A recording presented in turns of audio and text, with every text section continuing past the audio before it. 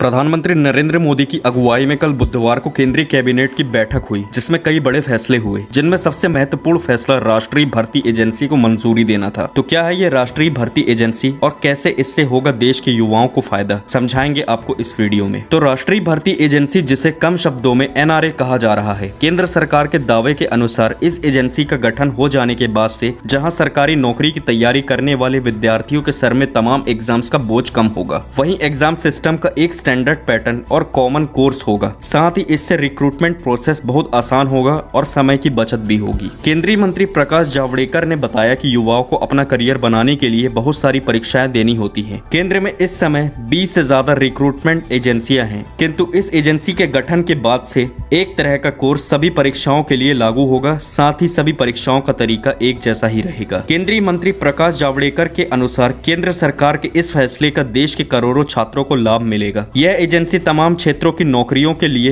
एक ही परीक्षा का आयोजन करेंगी। इससे युवाओं की मेहनत और पैसा दोनों की बचत होगी। फिलहाल सरकारी नौकरी की तैयारी कर रहे युवाओं को क्या है दिक्कत, ये भी समझ लीजिए। तो फिलहाल हर एजेंसी के हर एग्जाम का शेड्यूल अलग अलग होता है। इसके लिए एप्लीकेशन प्रोसेस और एप्लीकेशन फीस भी अलग अलग होती है। जब 2-3 एग्जाम्स आयोजित किए जाते हैं तो कई बार उनमें गड़बड़ी होने की संभावना भी बढ़ जाती है। अलग अलग एग्जाम सेंटर होने से गाँव देहात के छात्रों, महिलाओं और दिव्यांगों को यात्रा करने में काफी परेशानियों का सामना करना पड़ता है। दूर से आने वाले छात्रों को अन्य शहरों में रुकना पड़ता है। कई बार अलग अलग एग्जाम की तारीखें आपस में मिल जाती हैं। ऐसे में उम्मीदवार के सामने दिक्कत होती है कि वे कौन से एग्जाम में बैठे या कौन सा छोड़े। ज्यादातर एग्जाम का स्तर तो वही होता है, लेकिन सभी पढ़ाई अलग अलग होती है। फिलहाल 3 एजेंसियों को मिलाकर एक एजेंसी बनाई जाएगी। केंद्र सरकार के 3 रिक्रूटमेंट एजेंसियां, रेलवे रिक्रूटमेंट बोर्ड जिसे हम RRB के नाम से जानते हैं, बैंक जिसे हम IBPS के नाम से जानते हैं, और SSC, ये तीनों एजेंसियां हर साल ग्रुप B या ग्रुप C में तकरीबन 1 से 2 वैकेंसी निकालती हैं। 2 करोड़ 50 लाख से अधिक लोग इन वैकेंसी के एग्जाम में शामिल होते हैं। इन 3 एजेंसी के एग्जाम में उम्मीदवार पूरे साल व्यस्त रहता है। अब इसमें एक स्तर कम हो जाएगा। अब तीनों एजेंसियों के लिए एक ही कॉमन एलिजिबिलिटी टेस्ट का आयोजन होगा। अब ये सब ताम झाम के फायदे क्या होंगे, ये भी समझ लीजिए। तो सभी एजेंसी के कॉमन एग्जाम का एक स्टैंडर्ड पैटर्न होगा। फर्स्ट लेवल के एग्जाम का एक ही सिलेबस होगा। हर जिले में कम से कम एक एग्जामिनेशन सेंटर होगा। एग्जाम का रिजल्ट तुरंत मिल जाएगा। यह रिजल्ट 3 साल तक मान्य रहेगा। एग्जाम स्कोर को सुधारने के लिए फिर से एग्जाम की सुविधा होगी। इस एग्जाम के लिए कॉमन रजिस्ट्रेशन पोर्टल होगा, एक क्वेश्चन बैंक होगा और एक ही फीस पैटर्न होगा। पहले चरण का एग्जाम कई भाषाओं में होगा। इसमें 12 भाषाओं को शामिल किया जाएगा। अलग अलग हिस्सों के उम्मीदवारों को एग्जाम में भाषाई दिक्कत नहीं होगी। 24 घंटे चलने वाली एक हेल्पलाइन होगी। कैंडिडेट अपनी समस्याओं को रख सकते हैं। तो पीपल्स, ऐसे ही तमाम खबरों के लिए सब्सक्राइब कीजिए द हिंदुस्तान मिरर को। साथ ही वीडियो को लाइक करना ना भूलें।